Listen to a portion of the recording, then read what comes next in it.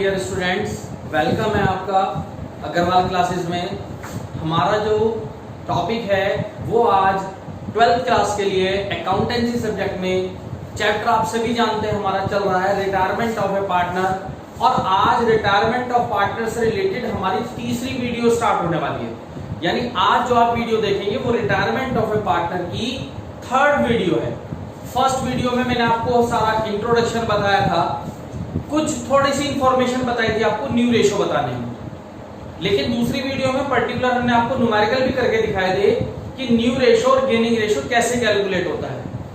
आज मैं आपको फाइनली 3 टॉपिक बताने जा रहा हूं। इस वीडियो से उम्मीद रखूंगा, कोशिश भी करूंगा कि तीनों टॉपिक हमारे कंप्लीट हो जाए इस वीडियो से।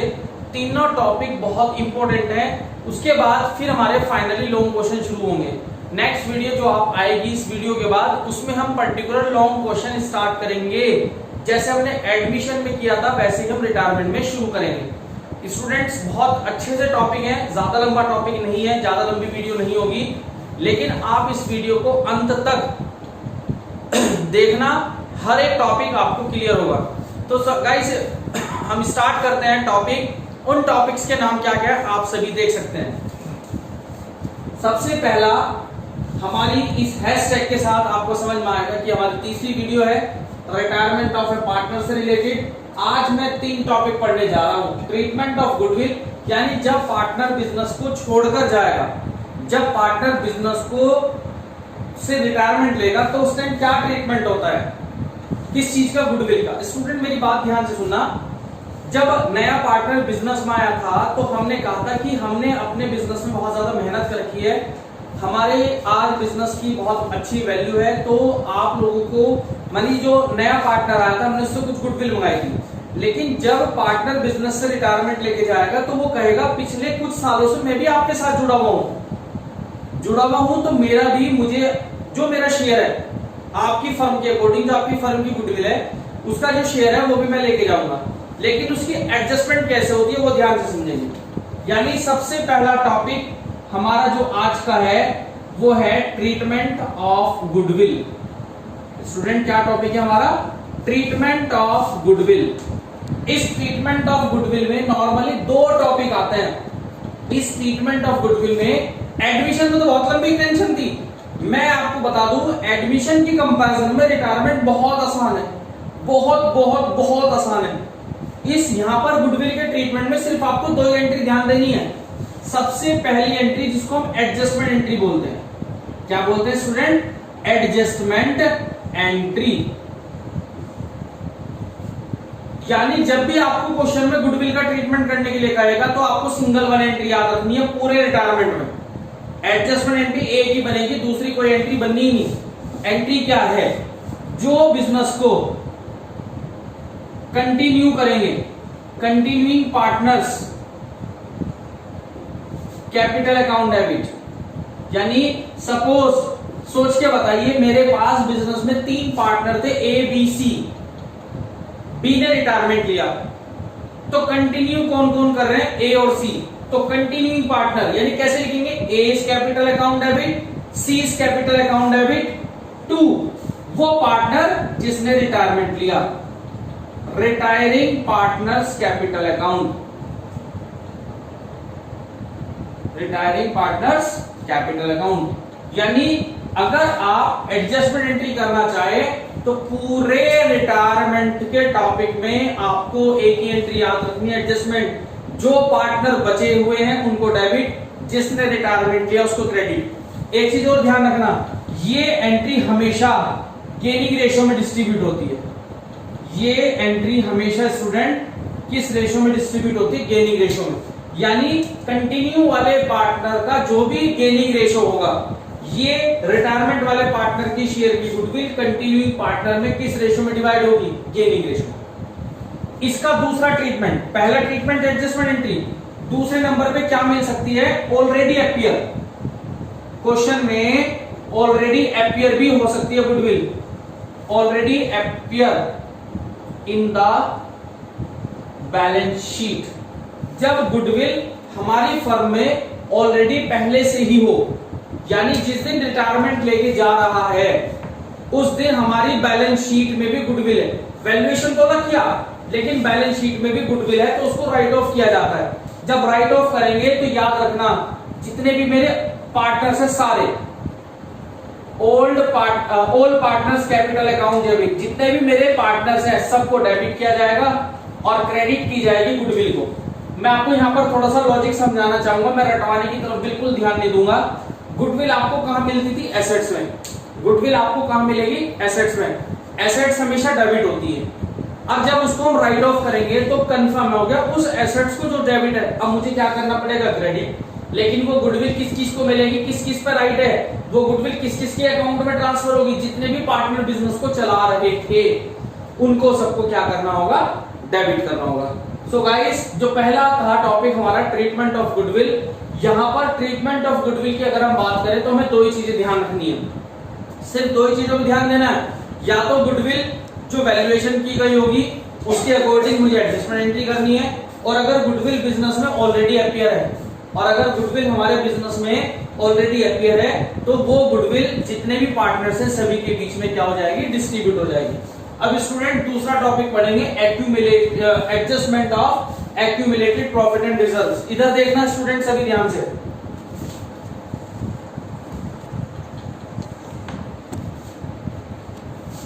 नंबर 2 जो हमारा टॉपिक शुरू होगा,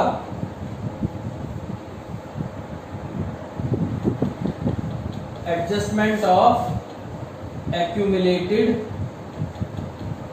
प्रॉफिट एंड रिजर्व्स। ध्यान से सुनना, बहुत आसान टॉपिक है भी। ये सब चीजें बिल्कुल सेम टॉपिक आपने सभी की सभी पढ़ी थी एडमिशन ऑफ डिपार्टमेंट में भी। ध्यान से सुनिए, सपोज मेरे पास जनरल रिजर्व है या रिजर्व फंड है, वो रिजर्व फंड लायबिलिटी में है, वो मुझे पार्टनर्स को डिस्ट्रीब्यूट करना है। लायबिलिटी जब डिस्ट्रीब्यूट करूंगा तो लायबिलिटी हमेशा क्रेडिट होती है, तो गाइस उसको तो क्या करना होगा? डेबिट। और डिस्ट्रीब्यूट किसके पास होगी? पार्टनर्स के पास। यानी एंट्री क्या बनेगी? जितना भी मेरे पास जनरल रिजर्व है वो सब डेबिट होंगे। यानी लायबिलिटी में जो भी चीज मुझे डिस्ट्रीब्यूट करनी है तो लायबिलिटी हमेशा क्रेडिट होती है। जब मैं वो लायबिलिटी वाली चीज डिस्ट्रीब्यूट करना चाहूंगा तो आप तुरंत ध्यान में देखें, क्या कर दो? उसको डेबिट कर दो। तो जनरल रिजर्व अकाउंट डेबिट होगा। सपोज रिजर्व फंड के नाम से भी मिल सकता है पैसा आपको, रिजर्व फंड भी डेबिट होगा। हो सकता है आपको, देखो एक चीज और थी, दो चीज हमारे सामने आई थी, क्या नाम था? इन्वेस्टमेंट फ्लक्चुएशन रिजर्व और workman compensation reserve. Workman compensation reserve और इन्वेस्टमेंट फ्लक्चुएशन रिजर्व वो डिस्ट्रीब्यूट करने की नौबत तब आती है अगर उसका बैलेंस बचा हुआ हो। याद दिलाऊं मैं, सपोज मेरे पास इन्वेस्टमेंट फ्लक्चुएशन रिजर्व 1 लाख का था, जिसके रिगार्डिंग इन्वेस्टमेंट से लॉस में 40,000 का पूरा कर चुका हूं, तो पार्टनर्स में डिस्ट्रीब्यूट कितना हुआ था? 60,000। Same for that workman compensation reserve. Suppose मेरे पास वर्कर्स के लिए मैंने रिजर्व बना रखा था 1 लाख का, उसके रिगार्डिंग 60,000 का क्लेम आ चुका, तो अभी भी रिजर्व में जो 40,000 बचे हुए हैं, अभी भी रिजर्व में जो 40,000 बचे हुए वो पार्टनर में डिस्ट्रीब्यूट हुए थे। तो यानी general reserve account debit, reserve fund account debit. Profit and loss भी हो सकता है, लेकिन प्रॉफिट एंड लॉस कौन से वाला? जो लायबिलिटी में होता है। लायबिलिटी में दिया हुआ ही हमारा प्रॉफिट होता है। उसके बाद इन्वेस्टमेंट फ्लक्चुएशन रिजर्व भी होगा तो डेबिट होगा, और वर्कमैन कंपनसेशन रिजर्व होगा तो वो भी डेबिट होगा। एक ही एंट्री में मैंने सारी चीज बता दी, आपको ध्यान ही नहीं, डाउट ही नहीं रहने का कोई भी। क्या चीज याद रहेंगी? सर अगर मैं लायबिलिटी साइड से कोई भी आइटम डिस्ट्रीब्यूट करना चाह रहा हूं तो सर एक चीज मुझे याद है, लायबिलिटी के बैलेंस क्रेडिट होते हैं, तो क्या करना है मुझे? सर डेबिट करना है। ये भी आपको लायबिलिटी में मिलेगा, ये भी लायबिलिटी में मिलेगा, ये भी लायबिलिटी में मिलेगा, ये भी लायबिलिटी में मिलेगा, और ये भी आपको लायबिलिटी में ही मिलेगा। और ये सारी चीजें किसके पास पहुंचेंगी? All partners. किसके पास पहुंचेंगी? All partners capital account. जितने भी मेरे पार्टनर्स हैं सभी के पास पहुंचेगी। क्लियर हो गई बात? दूसरी चीज क्या मिल सकती है? अब बात आती है एसेट्स वाली तरफ से। सपोज एसेट्स में आपको क्या दिया हुआ है?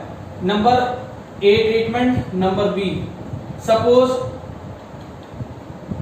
एडवर्टाइजमेंट मिल सकता है, एडवर्टाइजमेंट सस्पेंस अकाउंट डेबिट, या कोई प्रॉफिट दे रखा हो, अभी मैंने आपको बताया प्रॉफिट एंड लॉस, यानी ये लॉस हो गया, क्योंकि ये लॉस कौन सा वाला है, जो आपको एसेट्स में दिया हुआ है। ये मैंने जल्दी में लिख दिया।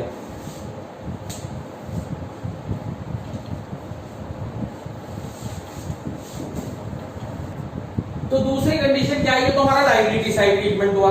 अब कुछ बैलेंसेस आपको कहां मिलेंगे, एसेट्स में। एसेट्स हमेशा क्या होती है, 11 से पढ़ते आ रहे हैं सर, एसेट्स डेबिट होती है, ट्रांसफर करनी है। तो जो एसेट्स हैं, जो डेबिट बैलेंस है ऑलरेडी, आज मुझे क्या करना होगा, उनको क्रेडिट करना होगा। तो स्टूडेंट डेबिट कौन होंगे, ऑल पार्टनर्स। जितने भी मेरे ऑल पार्टनर्स हैं उन सबको तो डेबिट किया जाएगा। और क्या क्या मिल सकता है, वही प्रॉफिट एंड लॉस जो डेबिट वाला होगा, या क्या मिल सकता है, एडवर्टाइजमेंट सस्पेंस अकाउंट भी मिल सकता है। ये दोनों चीजें होंगी अगर, तो वो कहां डिस्ट्रीब्यूट होंगी, पार्टनर्स में। एक चीज याद आ रही होगी, मैंने पहले ही बताई थी स्टूडेंट, यहां कैपिटल की जगह हम करंट भी लिख सकते हैं। यहां पर मैंने कैपिटल लिखा, इस कैपिटल की जगह मैं क्या लिख सकता हूं, करंट लिख सकता हूं। क्यों लिखूंगा, याद है किसी को, बिल्कुल याद है, आपके भी याद होगा कि सर अगर कैपिटल फिक्स्ड है, आपका एक सिंगल लाइन में जवाब होगा सर बिल्कुल, यहां पर कैपिटल की जगह हम करंट भी लिख सकते हैं, लेकिन उस सिचुएशन में कैपिटल का कैसा होना जरूरी है, फिक्स्ड होना जरूरी है।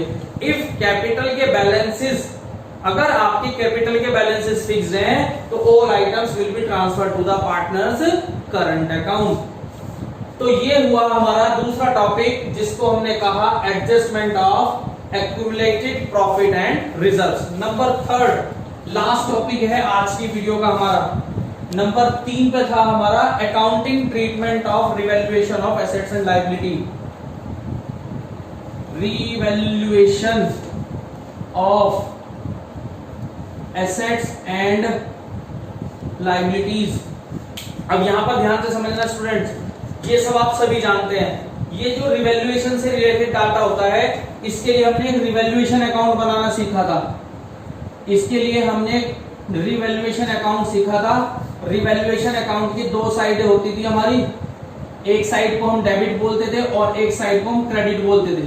मैंने आपको एक इसका प्यारा सा लॉजिक बताया था, अगर याद आ रहा हो। रिवैल्यूएशन में इधर या तो हमारी एसेट्स डिक्रीज हुई हो या हमारी लायबिलिटी इंक्रीज हुई हो तो आती है, अदरवाइज इधर क्या आता है, या तो मेरी एसेट्स इंक्रीज हुई हो या मेरी लायबिलिटी डिक्रीज हुई हो। आफ्टर दैट टोटल लगा के, अगर आपकी क्रेडिट साइड ज्यादा थी तो हमारा प्रॉफिट आता था।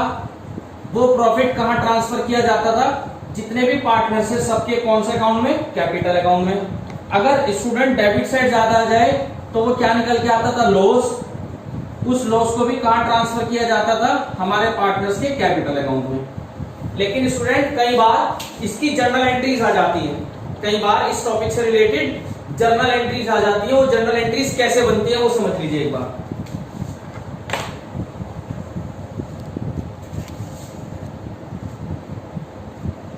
जर्नल ऑफ रिवैल्यूएशन,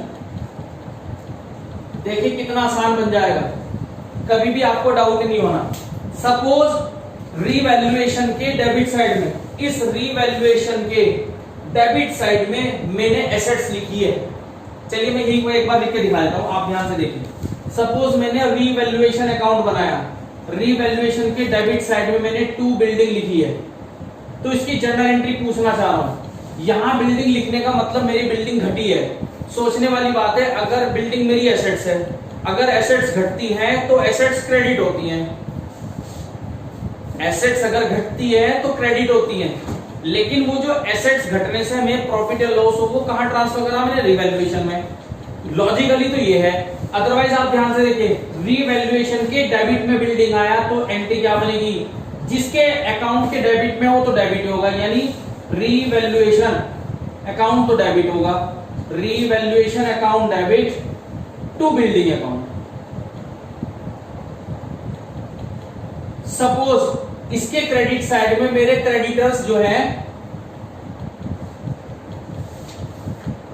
मेरे क्रेडिटर्स थे वो 1000 रुपए से कम हो गए, यानी मेरी लायबिलिटी घट गई।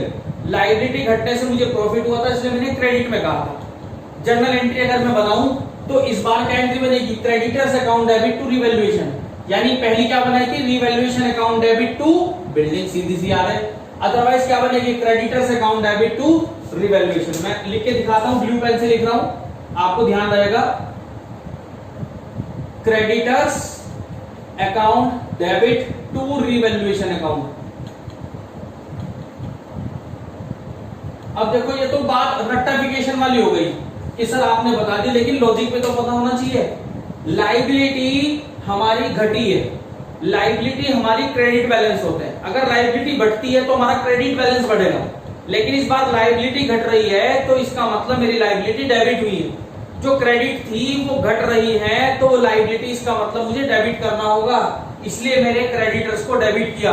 और इस लायबिलिटी के घटने से जो भी प्रॉफिट या लॉस हुआ उसको मैंने कहां ट्रांसफर किया, रिवैल्यूएशन अकाउंट में, इसलिए यहां पर रिवैल्यूएशन को क्रेडिट किया।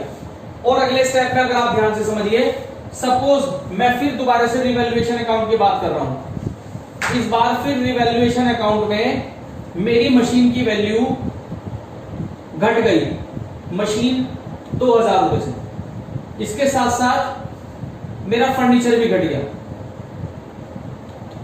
3000 रुपए से, इसके साथ साथ मेरा कोई एम्प्लॉय प्रोविडेंट फंड था 5000 रुपए से, वो भी इंक्रीज हो गया।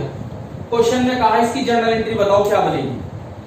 जर्नल एंट्री के बाद अगर लॉजिक देखो, मशीन एसेट्स है घट रही है, क्रेडिट करनी होगी, फर्नीचर एसेट्स है घट रही है, क्रेडिट करनी होगी, ईपीएफ हमारी लायबिलिटी है, लायबिलिटी बढ़ रही है तभी तो लॉस होता है। लायबिलिटी हमेशा क्रेडिट होती है और बढ़ेगी तो क्रेडिट ही होगी, तो डेबिट कौन होगा, रिवैल्यूएशन।